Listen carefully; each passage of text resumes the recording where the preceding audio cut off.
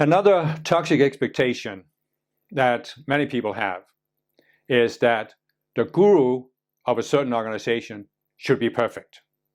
He should be in some higher state of awareness, superhuman state of consciousness, and therefore he should never do anything wrong. And this is it's a very insidious expectation. I'm almost tempted not to say anything about it, because I know I have met people who are still in this belief that, yeah, all these outer gurus out there, they didn't have it. They weren't good enough. But our guru is special. So our guru is perfect. And, I've seen people who could live in this for decades, and they never would acknowledge that their guru wasn't perfect.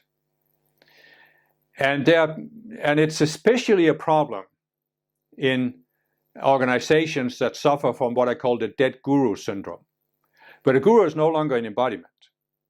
So now you can project on the guru anything you want.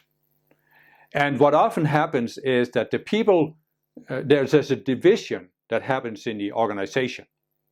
There are people who were there when the guru was alive. And then there are new people who have come in. And now the people who were there, they have a desire to be special.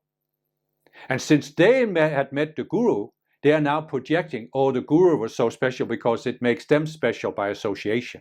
And the new people who come in, they eat this up and they say, oh yeah, you must have been so special because you were around when the guru was there and the guru was so special. And the reason why it's a toxic expectation is that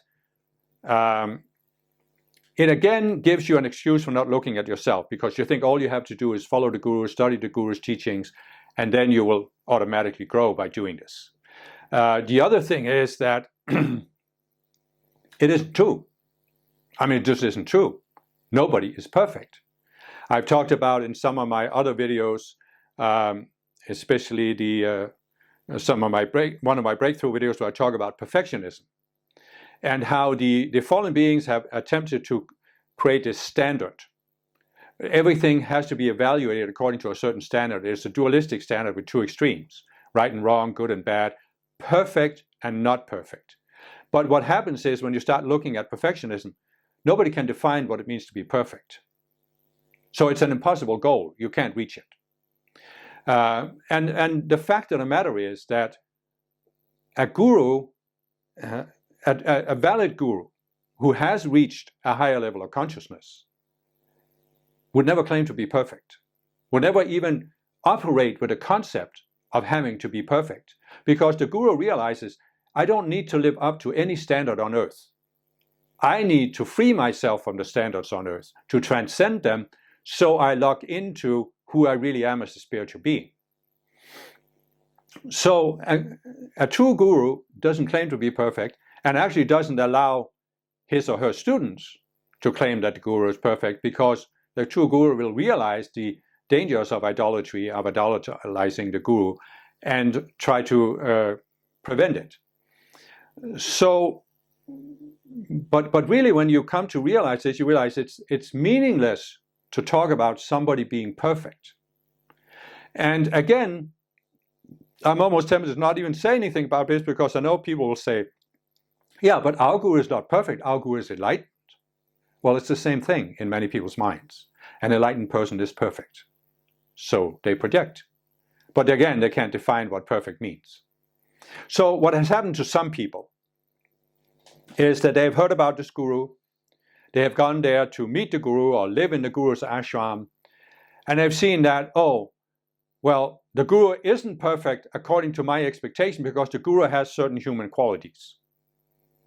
Or, as can happen, I thought the guru was perfect and a perfect guru wouldn't challenge me, but the guru did challenge me. Or the guru would never do this, but the guru did it, so therefore the guru isn't perfect. So you see what's happening is, when you have this idea that the guru should be perfect, you have a set of expectations. And these expectations are based on your present level of consciousness, the subconscious selves you have, the perception filter you have. You're projecting this onto the guru. And if the guru doesn't live up to it, now you're disappointed. And so what do? Well, maybe you leave the organization. Maybe you leave the spiritual path altogether. Maybe you become angry at the guru and start accusing the guru. All of this is non-constructive for you. I'm not trying to excuse abusive guru's behavior, but I'm talking about a valid guru. And many people have become disappointed by a valid guru because the guru simply did what the guru is meant to do. It either challenged people or the guru demonstrated that you don't have to be humanly perfect in order to have reached a higher level of consciousness. It's a very common expectation that you think that in order to claim that you are a guru, you have to be perfect. And this is a projection created by the fallen beings to set people up to get disappointed. But the reality is that you don't have to be perfect in order to demonstrate a higher consciousness, because human perfection is an illusion. And you are actually there, when you reach higher level of consciousness, you're there to help people be free of these illusions, and one way to do this is to challenge it. There were people who met Jesus physically and were disappointed. You can even see it in the scriptures, where Jesus at one point, he talks about how they are projecting onto him that he should have been perfect, but he drank wine. He eats meat. He is challenging. You can see Jesus often challenges people, scribes and Pharisees, hypocrites. And so he was a very challenging person, and some people didn't like this, so therefore they were disappointed. But Jesus was a valid guru. There were people that were disappointed by the Buddha because he challenged them. So you have to realize a very simple thing here, that your ego, some of your separate selves, they want you to buy into this false path that you can make progress without looking at yourself. As a result of this, the ego wants to project that you can find a guru that's perfect. But one of the reasons the ego wants this is that the ego would prefer that you didn't find the spiritual path. But if you have found it and the ego couldn't stop you, it wants you to be disappointed on the spiritual path. So the ego wants to give you these false expectations so that you are almost guaranteed to be disappointed. And this is one of these expectations. You expect the guru to be perfect, and then you come to see that the guru isn't perfect according to your expectation. Then you get disappointed, give up on the path, or at least give up on that guru who might have been the guru who could have taken you beyond the reach of the ego. So many people that I have known have been trapped in this, projecting that the guru had to be perfect. And it's really, it's a great relief to let go of it, because it puts you in a constant state of tension.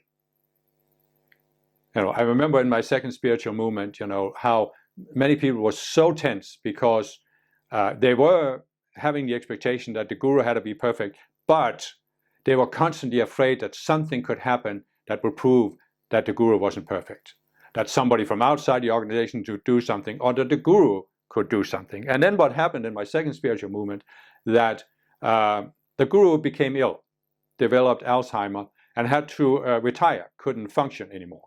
And many people became hugely disappointed by this because they felt that a perfect guru should never have become ill. There are also people who have been disappointed when the guru died.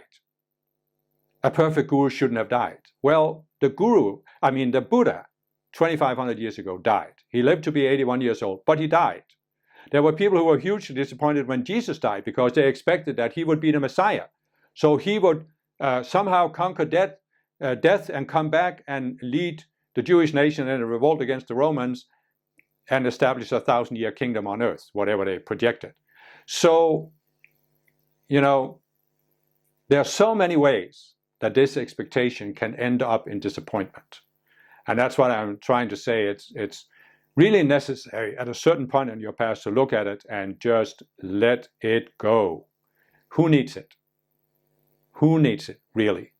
What matters is, can the guru show you how to take the next step on your path, and then take the next step and the next step? Then the guru is doing what the guru can do for you. Perfection, not needed, not necessary.